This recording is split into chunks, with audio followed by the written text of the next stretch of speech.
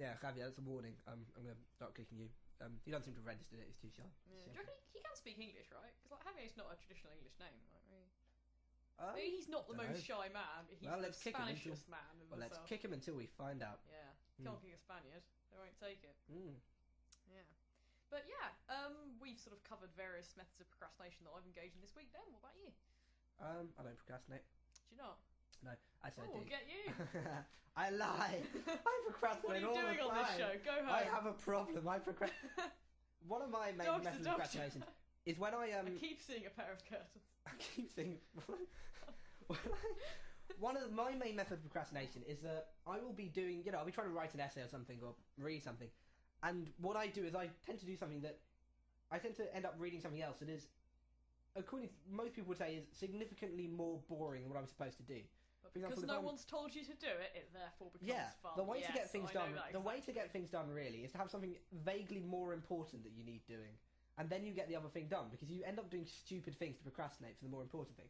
Anyway, I've discovered something interesting on the internet in my procrastinations. Have you heard? There are many interesting things on the internet. Have you heard of the concept of involuntary posthumous baptism? No, but I'm slightly afraid. I don't really fancy being baptised, particularly when I'm not live enough to give my consent. Yes, you should be afraid. Mormons, those crazy Americans who are supposed to have lots of wives but don't, but are mental anyway. Sorry, all you. Oh, we just alienated our Mormon demographic. Viewers. Well, you know what? Whatever. Wives. I don't care. It's a silly religion. Yeah. Betty Ford, what a tosser. Was she a Mormon? Yeah, I think so. Oh god, and she's all about getting people off drugs. Off drugs in reality, and also polygamy. In reality, when any serious religion is about getting people onto drugs.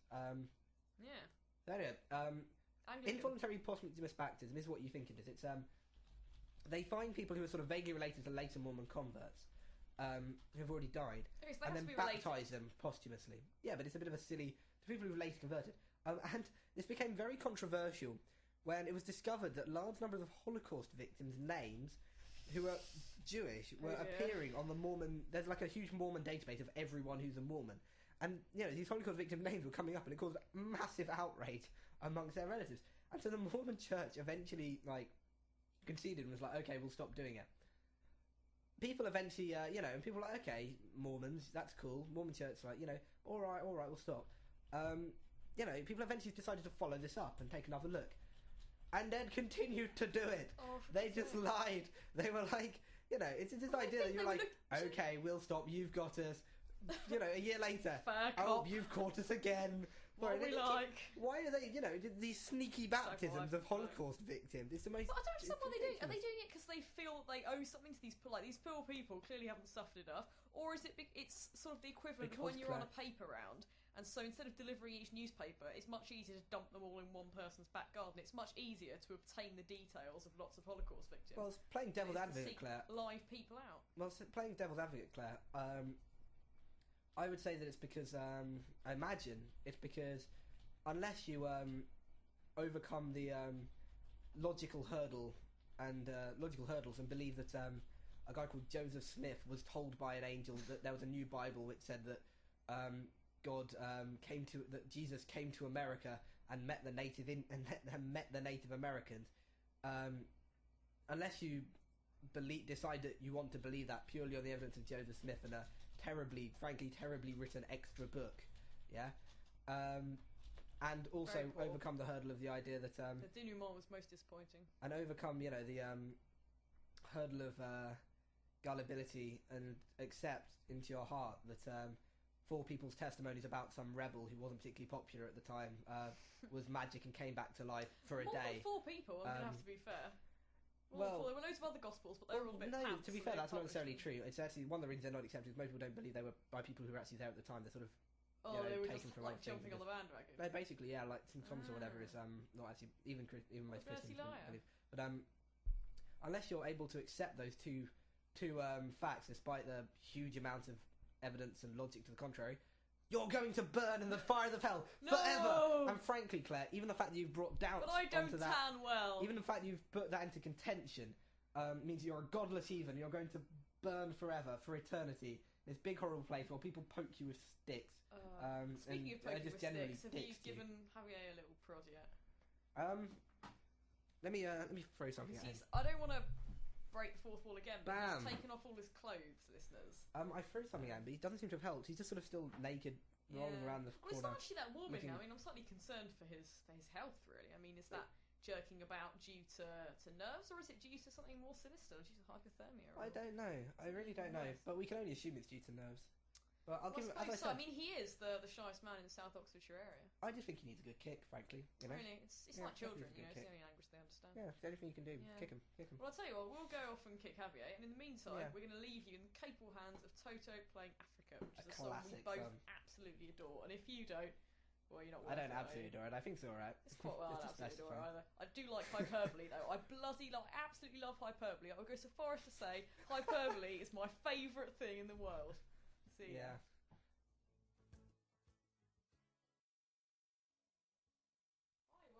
Yeah, hello.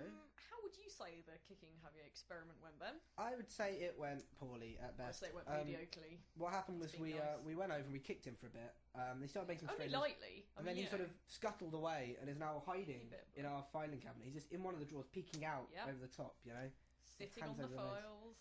I think... Naked. Yeah. To be honest, I think we just, we need to get him to come out of his shell. You've got to be cruel to be kind. I say we just sort of slam his fingers. Do you reckon? Yeah. Well, it is foolish of him to have his fingers draped over the edge of the filing cabinet drawer like a child in a cartoon. I mean, he's kind of asking for it. Particularly seeing as he can listen to the fact we're about to slam. Yeah, well, should we give him a little chance? Okay, there's only one way to deal with people. Okay, Javier, can you hear me? Knock once for yes. She doth speak. Okay, Javier, we're going to give you a count to 3 to get out of the filing cabinet, put your clothes on, come over here, sit in front of the microphone and conduct an orderly interview. Okay? And if you don't do these things, Ben's going to slam the drawer. Okay? You ready, Ben? Right. I am ready. Shall I count Mississippi or Mississippilously? Count Mississippilously. Mississippilously. 1. 2. Come on, Javier. 2.5. Come on. 2 and 11 twelfths. Alright, 5. 3. Right, Ben has indeed slammed Javier in the drawer. He's just not got out though. He's still in there. Well, to be honest, it locks on closing, so it's not really his fault anymore. Yeah, he'll probably be there for a while, really. But anyway, while we give him some time to cool off. Well, we don't have the key, so I suppose we have to, really. Oh well, it's not another show for like next Monday, is it? Yeah, but that should be fine. I mean, probably plenty of food in there. The human body is very tenacious. Yeah. But during the break, the mints that I so unprofessionally brought up earlier, there's the Trebor extra strong mints. And on the back, it says, "Did you know Trebor is Robert spelt backwards?" Which hadn't ever occurred to me. Which led us to discuss whether or not the company Trebor was actually founded by a bloke called Robert, and whether it was just a hilarious in-joke.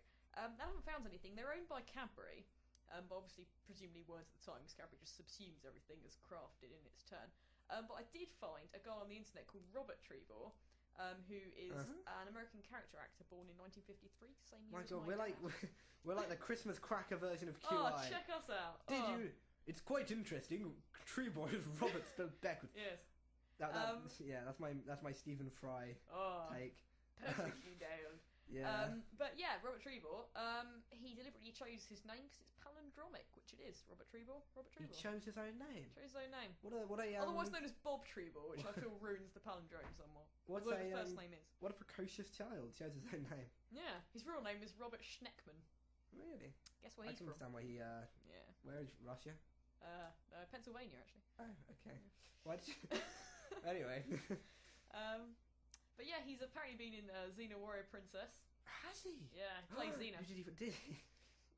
Oh, wow. Sure who he plays. He starred himself in various things. In Xena Warrior Princess. Yeah. The famous Robert Trebor. Eater of mints. He's been in something called the 6 o'clock news. Are you familiar with this? Sounds awfully like a porno, just It might be a porno, for all we know, to be fair. I'm not aware of it. He's also been in My Demon Lover and The First Time, which also sounds He's like porno. obviously a porno.